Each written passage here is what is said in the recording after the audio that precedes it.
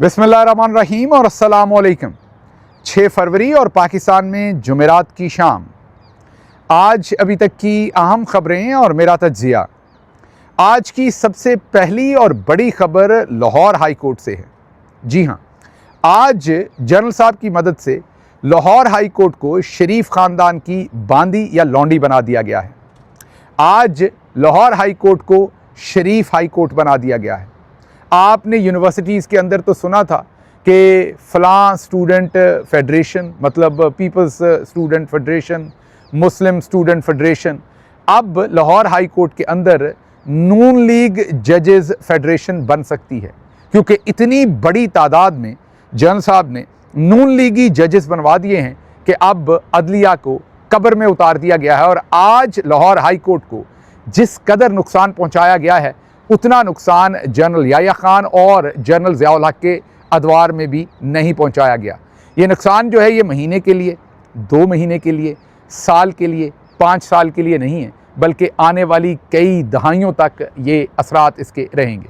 इस खबर को तफसील के साथ आपके सामने रखता हूँ, लेकिन उससे पहले इम्पॉर्टेंट आपके नाम पैगाम देना है। आपको पता है कि खान साहब ने जो 8 फरवरी को इलेक्शन लूटा गया, उस दिन यौम स्याह मनाने का हदायत की है, और इसी सिलसिले में पूरे पाकिस्तान और पूरी दुनिया के अंदर एहतजाज हो रहे हैं। इटली में हम एक एहतजाज कर चुके हैं जिसमें मैं शामिल हुआ था। अब अगला एहतजाज 7 तारीख को पेरिस में हो रहा है। मैंने वहाँ जाना था, लेकिन बावजूद किसी मीटिंग के वहाँ नहीं जा सकूँगा, और मेरी आपसे गुजारिश है कि आप 7 तारीख को अगर पेरिस में हैं तो ज़रूर इस एहतजाज में शामिल होइए। 8 तारीख को लंदन में 10 डाउनिंग स्ट्रीट पर 2 बजे दोपहर एहतजाज हो रहा है, मैं उसमें शामिल हूँगा। जी हाँ, जो लंदन में एहतजाज हो रहा है 2 बजे दोपहर 8 फरवरी 10 डाउनिंग स्ट्रीट के सामने, मैं उसमें शामिल हूँगा। अगर आप लंदन के गिरदोनवा में हैं तो ज़रूर वहाँ पर तशरीफ़ लाइए। इसके साथ साथ बेल्जियम में यूरोपियन पार्लियामेंट के सामने भी 8 तारीख को ही एहतजाज हो रहा है। अगर आप बेल्जियम में, ब्रसल्स में या उसके गिरदोनवा में हैं तो वहाँ पर भी ज़रूर तशरीफ़ लेकर जाइए। 9 तारीख को हॉलैंड के शहर एम्स्टर्डम में दोपहर 2 बजे एहतजाज हो रहा है। मैं हॉलैंड में 9 तारीख को दोपहर 2 बजे जो एम्स्टर्डम में एहतजाज हो रहा है उसमें भी शामिल हूँगा। अगर आप एम्स्टर्डम में हैं या उसके गिरदोनवा में हैं तो ज़रूर उस एहतजाज में भी शामिल होइए। अब चलते हैं आज की जो सबसे बड़ी खबर है। आपके सामने जजेस के नाम लेता हूँ और आपको बताता हूँ कि चौधरी साहब ने अंग्रेज़ बहादुर की याद ताज़ा कर दी है, जिनको जजेस बनाया गया। चंद नाम आपके सामने रखता हूँ। लाहौर हाई कोर्ट के लिए नामजद होने वाले 9 जजेस। पहले जनाब जस्टिस सरदार अकबर डोगर, ये फैसलाबाद से नून लीगी पंजाब असम्बली रुकन सरदार खान बहादुर डोगर के भाई हैं और आसमा जहांगीर ग्रुप के मेंबर हैं। जस्टिस खालिद इसहाक, इनके वालिद मलिक इसहाक औलख नून लीग लायर्स विंग गुजरांवाला के सदर हैं। जस्टिस चौधरी सुल्तान महमूद, ये पंजाब हुकूमत में एडिशनल एडवोकेट जनरल रहे हैं। जस्टिस मलिक वकार हैदर अवान, आसमा जहांगीर ग्रुप, ताल्लुक मुल्तान से। Justice Javed Iqbal Wains, deputy attorney general. Justice Mohammad Jawad Zafar, prosecutor general, Punjab Farhad Shah के पार्टनर और करीबी दोस्त। जस्टिस मलिक अवैस खालिद, पीपल्स पार्टी के वज़ीर कानून खालिद रांझा के दामाद। जस्टिस हसन नवाज मखदूम, आज़म नज़ीर तारड़ के चैम्बर से हैं। अब इस सब की पहले तो जो लानत और मलामत है, उस सबसे पहले तो जस्टिस लानत को पहुंचाइए काजी फायज़ ईसा को, जिसने इस सारी गंदगी की बुनियाद रखी, और जो नुकसान अदलिया को जनरल याह्या और जनरल ज़ियाउल हक ना दे सके, ना ही जनरल अयूब दे सके, वो आज पहुंचाया गया है। जैसे भुट्टो को फांसी दिलवाई गई थी और चंद जजेस मैनेज किए गए थे लाहौर हाई कोर्ट में और ऊपर सुप्रीम कोर्ट में, आज पूरी की पूरी अदालतें ही वैसी बना दी गई हैं। जैसा मैंने कहा कि अब बड़े आराम से लाहौर हाई कोर्ट के अंदर नून लीग जजेस फेडरेशन का एक ग्रुप बनाया जा सकता है। आज से ये अदालत शरीफ कोर्ट बन गई है, और ये सब कुछ किया है पाकिस्तान के मिलिट्री जनरल्स ने। और क्यों किया है? सिर्फ पाकिस्तान तहरीक इंसाफ और इमरान खान को नुकसान देने में, अपने मकासद पूरे करने के लिए पाकिस्तान की अदलिया और इंसाफ के निज़ाम की तबाही कर दी है। आज आपको समझ आ रही होगी कि 77 साल में ये जो करप्शन के ऊपर किसी को सज़ा नहीं हुई, ये जो पाकिस्तान के अंदर तबाही आती रही है, ये सामने तो ये सियासतदान हैं, लेकिन असल में इनकी मदद चौधरी निज़ामुद्दीन करते हैं। जैसे आज नून लीग के ये तमाम जजेस लगाए गए, लेकिन क्या ये अनोखा काम हुआ है? नहीं। अंग्रेज़ बहादुर ने भी हिंदुस्तान के ऊपर बिल्कुल ऐसे ही कब्ज़ा किया था। उन्होंने भी चंद हज़ार अंग्रेज़ यहाँ आए थे और फिर जो ज़मीर वाले लोग थे वो अपने लोगों के ऊपर जुल्म करने या असूलों के ख़िलाफ़ फ़ैसले नहीं करते थे, तो उनको बेज़मीर टाउट्स चाहिए होते थे।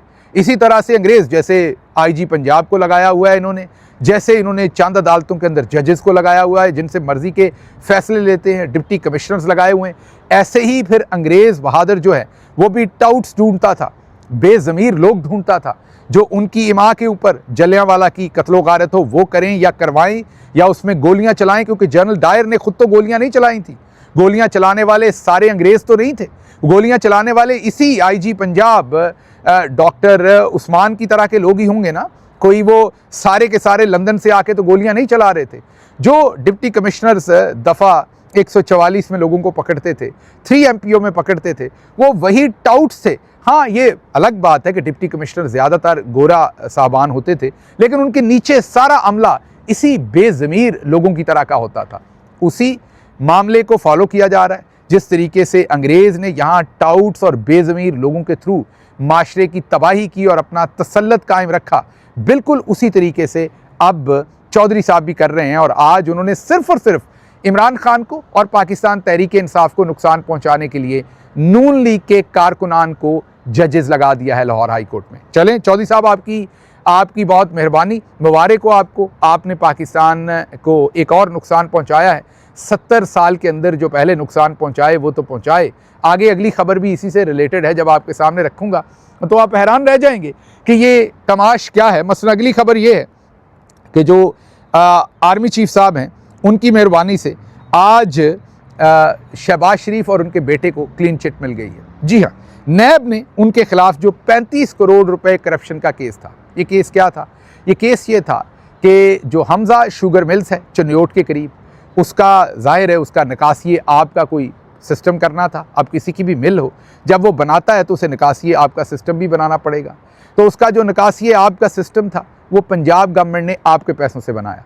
शहबाज शरीफ वज़ीर आला थे, बेटे की मिल थी, स्पेशल डायरेक्टिव साइन किया, मीन स्पेशल ऑर्डर्स दिए शहबाज शरीफ ने, और 35 करोड़ रुपए का नाला बना। इसके ऊपर नैब का केस बना और अब जनरल साहब की मेहरबानी से नैब ने वो केस बंद कर दिया। अब आगे तो नैब नज़र आ रही है, लेकिन नैब के हेड भी वैसे तो लेफ्टिनेंट जनरल रिटायर्ड नज़ीर साहब हैं, लेकिन असल में तो ये आर्मी चीफ जो है उनकी ज़ाहिर है छत्र छाया के अंदर ये सब कुछ हो रहा है। और एक और 35 करोड़ रुपए की करप्शन जो है वो अब शरीफ ख़ानदान को माफ़ कर दी गई है। ये पहला काम नहीं हुआ। जनरल बाजवा ने भी तमाम के तमाम जो मनी लॉन्ड्रिंग के केसेस थे शहबाज शरीफ के और उनके बेटों के, वो माफ़ किए थे। अब आपको समझ आती होगी कि ये जो, और इससे पहले याद कीजिए परवेज़ मुशर्रफ जिनकी शायद आज बरसी है, अल्लाह उनकी मग़फ़रत करे, उन्होंने भी जो जुल्म किए थे, एक जुल्म उनका भी ये था कि पहले वो बताते रहे कि ये लोग करप्ट हैं और उसके बाद उन्होंने इनको NRO दिया था और उस NRO की वजह से ये दोबारा मुसल्लत हुए थे। उसके बाद फिर जनरल बाजवा ने इनको दोबारा से पूरी दुनिया को बताया कि ये करप्ट हैं और उसके बाद फिर इनको NRO दिया। तो जब ये तमाम चोर जो हैं ये धुल धुल कर वापस आते हैं तो ये खुद नहीं आते, इनको लाते चौधरी निज़ामुद्दीन है। तो फिर असल करप्शन जो पसंद है, मीन करप्शन जैसे आपको कबड्डी देखना पसंद होती है ना, किसी को क्रिकेट देखना पसंद है, हमारे मेरा ख्याल है जनरल साहबान को ये करप्शन होती हुई देखना पसंद है। तो बहरहाल उनकी मेहरबानी कि आज उन्होंने दूसरी मेहरबानी फरमाई है और शरीफ ख़ानदान जो है उनको 35 करोड़ रुपए की करप्शन की आज माफ़ी दी है। मुदई जो है उसने इतने सालों के बाद अदालत में आके कहा कि मैं तो जानता ही नहीं हूँ, मैं तो शहबाज शरीफ को भी नहीं जानता, मैं हमजा शहबाज को भी नहीं जानता, जिसने केस किया हुआ था उसने आज अदालत में आके कहा कि मुझे तो पता ही नहीं ये नाला बना है, ये मैंने तो केस ही नहीं किया था, मेरा तो नाम ही गलत इस्तेमाल हुआ था। आप ज़रा गौर कीजिए कि चौधरी साहब जब चाहें केस बनवा दें और जब चाहें मुदई जाके कहे कि मैंने तो ये केस किया ही नहीं था, और ये केस जो है वो बंद हो गया है और नैब ने इनको खुली छुट्टी दे दी है और क्लीन चिट दे दी गई है, बाइज़्ज़त बरी कर दिया गया है शहबाज शरीफ को और उनके बेटे को। अगली खबर की तरफ चलते हैं। लाहौर में 8 फरवरी को तहरीक इंसाफ ने यौम स्याह के सिलसिले में मीनार पाकिस्तान पर एक एहतजाज करने के लिए लाहौर की जो इंतज़ामिया है, कमिश्नर और डिप्टी कमिश्नर, उनसे इजाज़त मांग रखी थी। वो इजाज़त नहीं दे रहे थे। तहरीक इंसाफ कई दिन पहले लाहौर हाई कोर्ट में चले गए और वहाँ पिटीशन कर दी कि हमें इजाज़त नहीं मिल रही, बराए मेहरबानी हमें इजाज़त लेकर दी जाए। अदालत जो है वो कभी इधर खेल रही थी, कभी उधर खेल रही थी, कभी डिप्टी कमिश्नर से पूछ रही थी, कभी कमिश्नर से पूछ रही थी। यकायक ऐन इसी वक्त औरत मार्च वाले भी इस लाहौर हाई कोर्ट में आ गए और उन्होंने कहा कि हमने औरत मार्च करना है, हमें इजाज़त दी जाए। तो लाहौर हाई कोर्ट ने फट से औरत मार्च की इजाज़त दे दी। मैं ये नहीं कह रहा गलत दी, उनका हक है एहतजाज करना औरत मार्च वालों का या मार्च करना। ये अलग बात है कि औरतों के साथ जो कुछ पिछले 2-2.5 सालों में हुआ उस पर ये औरत मार्च वाले जो है वो नींद की गोलियां खा के गालिबन सोए हुए थे। अब हमें नहीं पता, सदर ट्रंप ने हाल ही में बताया है कि ये जो यूएस एड है ये बहुत सारा पैसा लगाती रही है। ये औरत मार्च, मैं ये नहीं कह रहा कि इस औरत मार्च को यूएस एड से पैसा मिला है, लेकिन इस तरह के जो काम हैं जिनसे LGBTQ और बहुत सारी दूसरी चीज़ें जो हैं वो पाकिस्तान के अंदर या दुनिया के दूसरे ममालिक के अंदर जिनकी तरवीज होती रही है, ऐसी बहुत सारी चीज़ें होती रही हैं। अब मुझे नहीं पता कि इस औरत मार्च के पीछे यूएस एड है या कौन सी एड है या कौन सी एम्बेसी है या कौन है। बहरहाल फिर भी मार्च करना उनका हक है और मैं उस हक के खिलाफ, जब मैं अपनी पार्टी के लिए हक मांगता हूं तो उनके खिलाफ मैं कभी भी नहीं खड़ा हो सकता। लेकिन यहाँ इंपॉर्टेंट पॉइंट ये है कि लाहौर हाई कोर्ट जो है वो औरत मार्च वालों को फ़ौरन इजाज़त देता है, लेकिन पाकिस्तान तहरीक इंसाफ इजाज़त मांग रही है जो मुल्क की सबसे बड़ी पॉलिटिकल पार्टी है। उनको इजाज़त देने की बजाय वो ये कहते हैं कि आप कमिश्नर से रब्ता कर लीजिए ताकि कमिश्नर साहब आपके मामलात को देख लें और फिर वो फैसला कर लें कि आपने किस तरीके से इजाज़त देनी है या नहीं। मतलब औरत मार्च के सिलसिले में लाहौर हाई कोर्ट बिल्कुल मुकम्मल तौर पर एक चीज़ के अंदर फोकस्ड है कि ये इजाज़त देनी है, उनके पास इख्तियार भी है, इजाज़त भी दे दी गई। और जब पाकिस्तान तहरीक इंसाफ की बारी आती है तो फिर बॉल जो है वो कमिश्नर एडमिनिस्ट्रेशन के पास फेंक दी जाती है, जहाँ के पता है कि उन्होंने इजाज़त नहीं देनी और उन्हीं की इजाज़त ना देने की वजह से ही तो पाकिस्तान तहरीक इंसाफ जो है वो अदालत गई है। बहरहाल अगली खबर जो आपके सामने रखनी है वो आज का दिन है। आज आपको पता है कि 6 फरवरी है और 8 फरवरी को याद कीजिए इलेक्शन हुआ था पिछले साल। आज के दिन अखबारात में वज़ीर आज़म नवाज शरीफ के इश्तिहारात दिए गए थे। जी हाँ, आज के दिन ये माहौल बनाया गया था कि साडी गल हो गई है और पूरे अखबारात के अंदर ये बताया गया था कि नवाज शरीफ अगले वज़ीर आज़म हैं। बल्कि जनाब सोहेल वड़ाइच और दूसरे तज्जिया निगारों ने तो ये भी बता दिया था कि कैबिनेट भी नवाज शरीफ साहब ने फाइनल कर ली है। बल्कि तज्जिया ये दिया था कि बड़े मार्जिन से नवाज शरीफ जीत रहे हैं और अगर मिलिट्री ने उनके साथ मिलकर काम किया तो 5 साल में दूध और शहद की नहरें बहेंगी, लेकिन अगर मिलिट्री उनके साथ मिलकर ना चली और उन्होंने अकेले काम किया तो 10 साल में पाकिस्तान में दूध और शहद की नहरें बहेंगी। कैबिनेट मेंबर्स तक बता दिए थे कि जनाब फाइनल कर लिए गए हैं। और मैं आपको वसूख से बताता हूं और ये चौधरी निज़ामुद्दीन के अंदर के लोगों की खबर देता हूं कि उन्होंने भी तमाम बड़े बड़े पंडित जो थे उनको यही बताया था कि तहरीक इंसाफ वाइट वॉश और नून लीग हर जगह से जीत रही है क्योंकि साडी गल हो गई है, हमने सब कुछ कर लिया। उसकी बड़ी वजह यह थी कि खंबे खड़े करने पड़े थे, जो भी ताकतवर कैंडिडेट थे वो छीन लिए गए थे तहरीक इंसाफ से, या उन्हें जेलों में डाल दिया गया था, या वो दरबदर हो गए थे, या वो छुपे हुए थे। और आम लोगों को जो काउंसलर के टिकट के ख्वाह थे किसी ज़माने में, उनको MP और MNA के टिकट्स के ऊपर उतारना पड़ा। शायद कई जगहों पर तो कई दोस्तों को काउंसलर का टिकट, मैं किसी की तहकीर नहीं कर रहा, लेकिन आपको सिर्फ मैं फस्तायत का लेवल बता रहा हूं कि इमरान खान को क्या फ़ैसले करने पड़े। अगर हालात अच्छे होते तो हो सकता है कई दोस्तों को काउंसलर या नाज़म का टिकट ना मिलता, लेकिन हालात ऐसे जनरल आसिम मुनीर साहब और उनके साथियों ने पैदा कर दिए कि जो लोग काउंसलर का इलेक्शन लड़ते थे या लड़ना चाहते थे उनको MNA और MPA पर उतारा गया। लेकिन सलाम है पाकिस्तान की आवाम को जिन्होंने 77 साल में पहली दफ़ा खड़े होने का फैसला किया। जो पाकिस्तानी मिलिट्री जनरल से वो हमेशा कहते थे कि हमारे पास खुदाई ताकत है, तो बनाउज़ बिल्ला, हम बनाते हैं और हम बगाड़ते हैं, जिसे चाहें जता दें, जिसे चाहें हरा दें। पाकिस्तानी कौम ने झंझोड़ के पहली दफ़ा 8 फरवरी की शाम को बताया कि ना, ये ताकत हमारे पास है, जिसको चाहें हम बनाते हैं और जिसको हम ना चाहें आप नहीं बना सकते। ज़लीलो रुस्वा करके रख दिया ऐसे तमाम लोगों को जो ये दावे कर रहे थे या दावे करवा रहे थे। 17 सीटें भी ना जीत सके। नवाज शरीफ जो हैं, बदतरीन शिकस्त उनको मिली। नवाज शरीफ के साथ साथ शहबाज शरीफ को बदतरीन शिकस्त मिली, मरियम नवाज को बदतरीन शिकस्त मिली। पूरी नून लीग को वाइट वॉश हो गई और कहीं उनका नाम लेवा नहीं था। जनरल आसिम मुनीर साहब और उनके अहकामात पर कहीं पर बेलना, कहीं पर गाजर, कहीं पर मूली, कहीं पर जूता, एक तरफ कैंडिडेट खंभों जैसे, और फिर इंतखाबी निशान भी तोड़ तोड़ कर दिए गए। उसके बावजूद आवाम ने, जो कि बहुत सारी बड़ी तादाद में, गाँव में कई लोगों की नज़र काम नहीं करती, ऐनक तक लगाने का पैसे नहीं है, और बुजुर्ग लोग जिनको देखने में भी तकलीफ थी उन बैलेट पेपर्स को, और तालीम भी आपको पता है कि हर जगह पर नहीं है, उसके बावजूद आफरीन है लोगों पर कि जब उनके दिल में इमरान खान उतर चुका था, वो कहते हैं ना कि कौन निकलता है दिल में उतर जाने के बाद, तो इमरान खान इनके दिल में उतर चुका था, और उन्होंने ढूंढ ढूंढ के इमरान खान के कैंडिडेट जो खंबे थे, जिनको कोई खुदा गवाह इनको कोई नहीं जानता था, उनके निशान ढूंढ ढूंढ के लोगों ने मोहरें लगाई और इतना वोट डाल दिया, इतना वोट डाल दिया कि वो जो ठप्पे लगा के पहले से बैलेट पेपर तैयार किए थे, किसी हल्के में 10,000 डाल देंगे, 15,000 डाल देंगे, वो आपने इतना वोट डाल दिया कि पंजाबी में कहते हैं संदूकड़ियाँ फाड़ दी, कि इससे चौधरी निज़ामुद्दीन को लगा कि ये काम ख़राब हो गया। फिर क्या हुआ?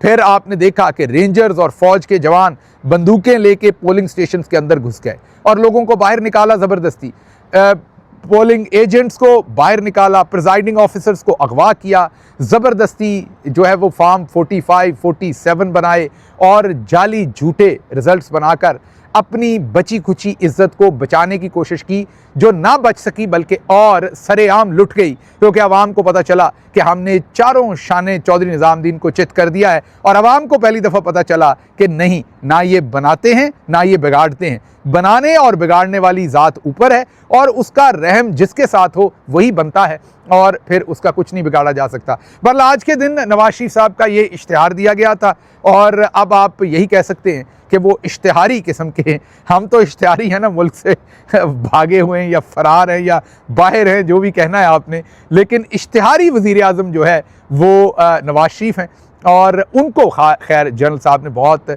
रुस्वा किया है, बेटी को वज़ीर आला बनाया है, भाई को वज़ीर आज़म बनाया है, लेकिन नवाज शरीफ साहब को क्यों रुस्वा किया है ये हमें आज तक समझ नहीं। तज्ज़िया करने की कोशिश तो हम करते हैं, लेकिन आज तक ये बात पकड़ में नहीं आती कि नवाज शरीफ साहब को इतना रुस्वा क्यों किया है जनरल साहब ने। बहरहाल ये तो थी आज की सिचुएशन। दूसरी तरफ बांग्लादेश में शेख मुजीबुर रहमान के घर को नज़र आतिश कर दिया गया है।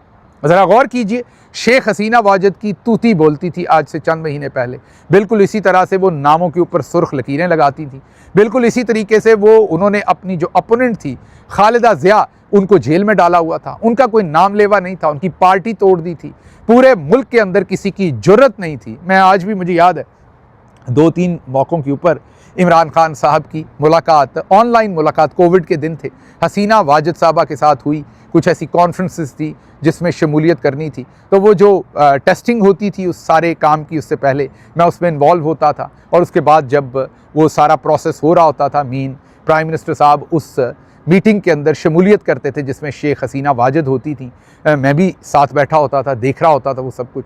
तो क्या रौनक थी शेख हसीना वाजिद के चेहरे पर, उनकी बातों पर, किस रौनक के साथ वो बताती थी मैंने ये किया, मैं ये कर दूँगी, मैं ये कर सकती हूँ, और आखिरकार अब क्या हुआ है वो सब कुछ आपके सामने है। तो मैं इतना ही कहूँगा आपको कि जिस तरीके से बांग्लादेश के अंदर आज शेख मुजीबुर रहमान जो बाबाए बांग्लादेश हैं, जैसे कायद आज़म रहमतुल्लाह अलैह को यहाँ पर हम रिस्पेक्ट करते हैं, ऑनर करते हैं, बिल्कुल इसी तरीके से बांग्लादेश में शेख मुजीबुर रहमान साहब को रिस्पेक्ट किया जाता है। तो उसी शेख हसीना वाजिद जिनकी तूती बोलती थी और जिनके वालिद जो हैं वो बाबाए कौम थे बांग्लादेश में, उनके घर को आज जला दिया गया। और वजह जो वहाँ से तौहीद हुसैन जो फ़ॉरेन ऑफिस के उनके तर्जुमान हैं, उन्होंने वजह ये बताई है कि शेख हसीना वाजिद हिंदुस्तान में बैठ के बयानात दागती हैं, अगर वो बयानात देना बंद कर दें तो मामला ठीक होंगे। हिंदुस्तान को जो बांग्लादेश के सफ़ीर हैं हिंदुस्तान में, उन्होंने